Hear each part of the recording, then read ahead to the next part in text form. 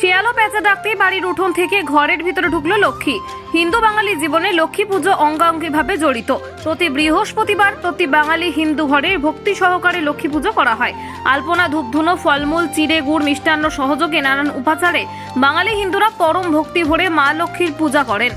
লক্ষ্মী দেবী ধন, ঐশ্বর্য আর ভাগ্যের দেবী, তাই লক্ষ্মী দেবীকে যে তুষ্ট করতেই হবে, তাই সকলেই লক্ষ্মীর কৃপা পেতে চায়।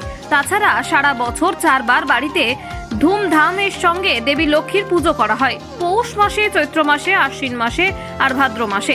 তবে আজকের দিনে অর্থাৎ পয়লা মাঘ যে লক্ষ্মী পুজো হয় তাকে বার লক্ষ্মী পুজো বলা হয়, কারণ এই পূজা ঘরের বাইরে উঠোনে করা হয়।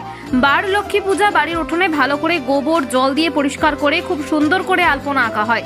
লক্ষ্মীর ঝাঁপির মাঠ একগোছা ধান রেখে ভক্তি সহকারে পুজো করা হয়। ধন সম্পদ সারা বছর সচ্ছল থাকার কামনায় এই পুজো করা হয় বাড়িতে বাড়িতে। এই পুজোর বিশেষ নিয়ম হলো সন্ধেবেলায় শিয়াল বা পেঁচা ডাকলে তবেই বাড়ির উঠোন থেকে দেবী লক্ষ্মীকে ঘরের ভিতরে আবার স্বস্থানে রাখা হয়। পেঁচা ডাকার পরেই বাড়ির মহিলাদের শাঁখ বাজাতে লক্ষ্য করা গেল। পুজো হলো বাইরের লক্ষ্মী এখানে। হ্যাঁ, কখন পুজো হয়েছিল? ওই 1:30টার সময়।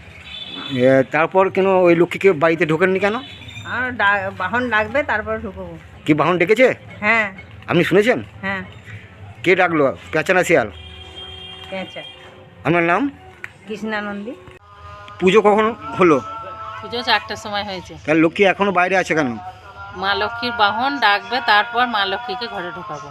এই প্রতি তাই বাড়ি, এখনো- হ্যাঁ প্রতি বাড়ি বাড়ি এইসব হ্যাঁ, পুজো হয়? প্রতি বাড়ি বাড়ি আমাদের নিয়ম আছে, পুজো হয়। এ কি পুজো বলে? এখানে লক্ষ্মী পুজো।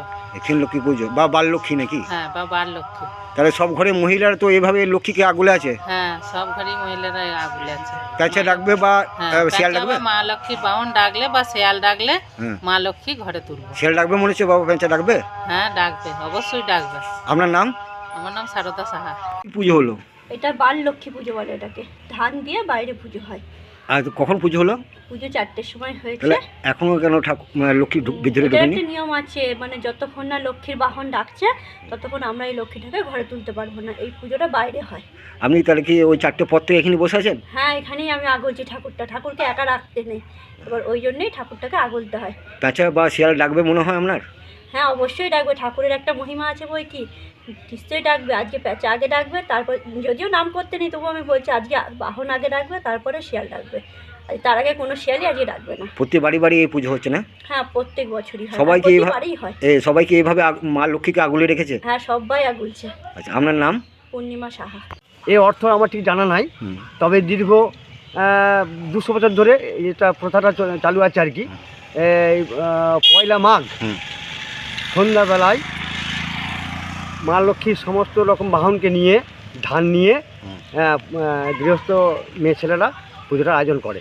পুজো তো করেছেন 4টের সময়, তাই এখনো কিন্তু লক্ষ্মী ঢুকে নেই, এই কারণটা কি? একটা কারণটা হচ্ছে কি, মানে ওই পূর্বপুরুষদের ধারণা ছিল যে লক্ষ্মীর বাহন পেঁচা নির্দেশ দিলে তবে সে লক্ষ্মীটিকে ঘর ঢুকতে পারবে।